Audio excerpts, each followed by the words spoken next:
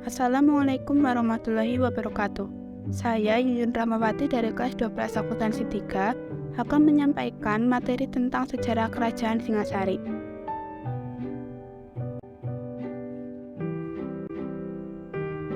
Kerajaan Singasari merupakan salah satu kerajaan bersuara Hindu-Buddha yang berpusat di sebelah timur Gunung Kawi, Malang, Jawa Timur.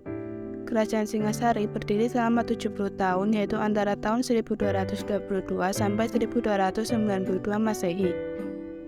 Kerajaan ini dikenal dengan pertarungan politik berdarah antar saudara dalam memperebutkan tahta. Namun, Kerajaan Singasari juga telah menorehkan catatan sejarah kejayaan di bawah kepemimpinan Kertanegara, raja terakhir dan yang paling sukses. Di bawah kepemimpinannya, Kerajaan Singasari menguasai seluruh Jawa, Madura, Bali, Nusa Tenggara, Kalimantan, Sulawesi, Maluku, Melayu, dan Semenanjung Malaya. Latar belakang Kerajaan Singasari. Pendirian Kerajaan Singasari tidak terlepas dari tokoh Ken Arok. Ken Arok awalnya hanya menjabat sebagai pengawal dari seorang aku di Tumapel bernama Tunggul Ametung. Namun, Ken Arok membunuh Tunggul Ametung karena menginginkan istrinya yang terkenal cantik, yaitu Ken Dedes. Setelah menjabat sebagai Adipati Tumapel, Ken Arok bersekutu dengan para Brahmana dan melakukan pemberontakan di Kerajaan Kediri. Pemberontakan yang dilakukan oleh Ken Arok memaksa Raja Kertajaya, Raja Kediri, menyerahkan kekuasaannya dan berpindah ke Kerajaan Singasari. Ken Arok kemudian menjabat sebagai raja dari Kerajaan Tumapel atau dinamakan Kerajaan Singasari. Raja Kerajaan Singasari.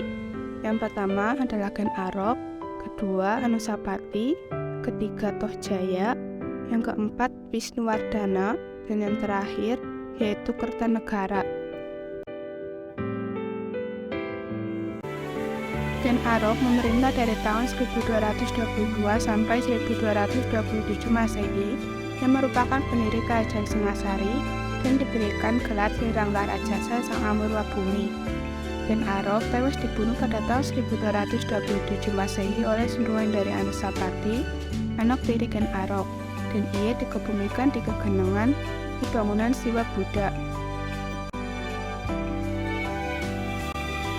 Yang kedua, Anusapati, memerintah dari tahun 1227 sampai 1248 Masehi, yang memerintah dalam jangka waktu lumayan lama namun tidak banyak melakukan perkembangan untuk kerajaan karena sering menyabung ayam.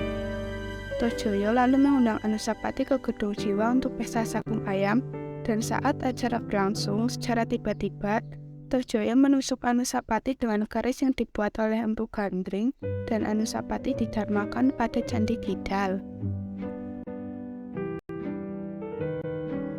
Yang ketiga yaitu Tohjaya.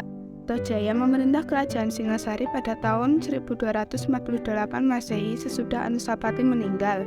Pemerintahan tidak berlangsung lama sebab anak Anusapati yakni Ranggawuni ingin membalas kematian sang ayah dan ia dibantu oleh Mahesa Cempaka serta pengikutnya, sehingga akhirnya bisa menjatuhkan Tohjaya dan memegang Kerajaan Singasari.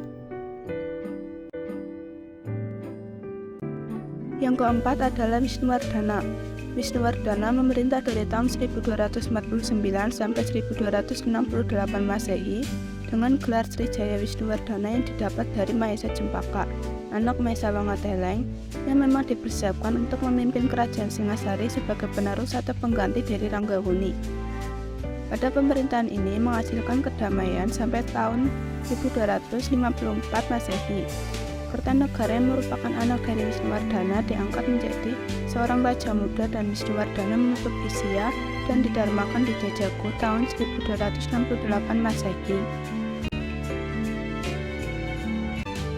Yang kelima yaitu Kertanegara. Kertanegara memerintah dari tahun 1268 sampai 1292 Masehi yang menjadi raja terakhir Kerajaan Singasari. Ia diberi gelar Sri Maharaja-diraja Sri Kertanegara, dan ia memerintah dengan dibantu oleh 3 Mahamentri, yakni Mahamentri 1 Hino, Mahamentri 1 Halu, serta Mahamentri 1 Sirikan.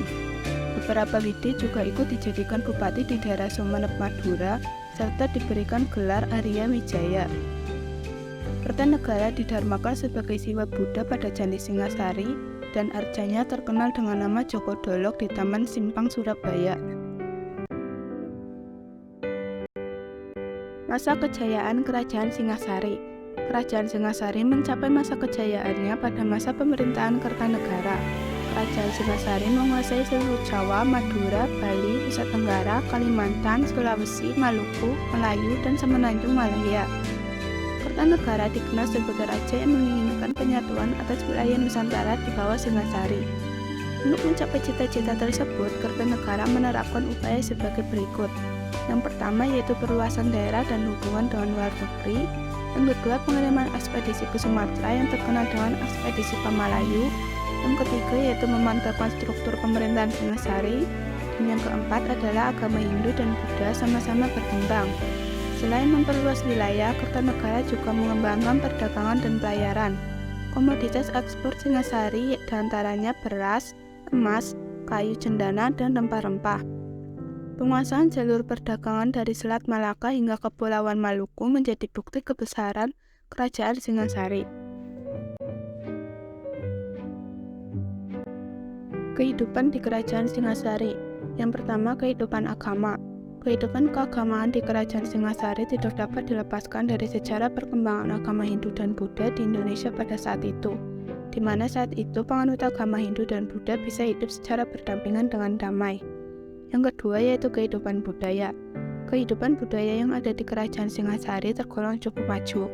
Hal tersebut bisa dibuktikan dengan adanya prasasti yang ditinggalkan sebagai salah satu bukti dari kejayaan Kerajaan Singasari pada waktu itu. Ada banyak sekali produk kebudayaan yang dihasilkan dari kerajaan tersebut. Selain peninggalan prasasti, ada pula patung dan juga candi yang ditemukan di seluruh wilayah Kerajaan Singasari.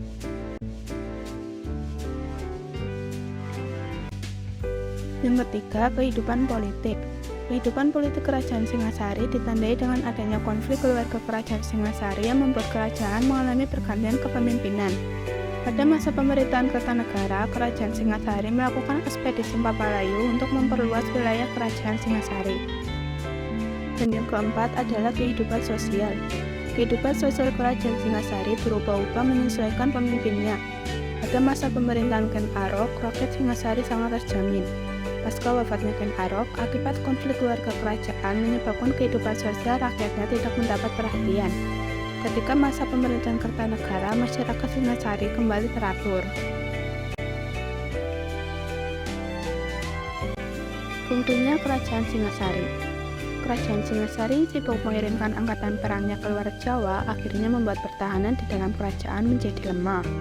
Pada tahun 1292 terjadi pemberontakan Jayakatwang Bupati Gelang-Gelang yang merupakan sepupu, ipar, dan sekaligus besan dari Kertanegara sendiri karena ingin membalas dendam terhadap bangsa Rajasa yang telah merebut kekuasaan serta membunuh keluarga dan leluhurnya.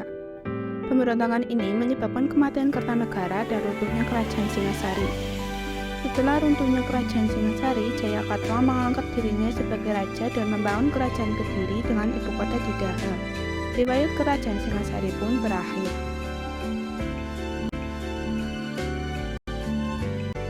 Peninggalan Kerajaan Singasari. Ada banyak sekali peninggalan dari Kerajaan Singasari yang dapat kita temukan, baik berupa candi, prasasti, arca, atau situs arkeologi lainnya. Di antaranya yaitu 1. Candi Singasari. Dikenal dengan nama Candi Menara atau Candi Cungkup yang mengartikan candi ini merupakan candi tertinggi pada masanya. Menurut perkiraan, candi ini dibangun pada tahun 1300 Masehi sebagai cara untuk menghormati Raja Kertanegara. Yang kedua yaitu Arca Dwarapala. Arca Dwarapala adalah sebuah patung penjaga gerbang dalam ajaran Siwa dan juga Buddha dengan bentuk manusia terlihat seperti monster. Dwarapala diletakkan pada bagian luar candi, kuil, atau bangunan lainnya sebagai pelindung dari tempat suci. Yang ketiga yaitu Candi Kidal. Candi Kidal merupakan warisan dari Kerajaan Singasari yang dibangun sebagai penghormatan untuk Anusapati, raja kedua Singasari yang sudah memerintah selama 20 tahun, yaitu dari tahun 1227 sampai dengan 1248. Dan yang keempat adalah Prasasti Singasari. Dibuat pada tahun 1351 Masehi dengan menggunakan aksara Jawa. Prasasti ini dibuat untuk mengenang pembangunan candi pemakaman yang dilakukan oleh Mahapati Gajah Mada. berisi tanggal serta penggambaran letak benda angkasa serta maksud dan arti dari prasasti ini.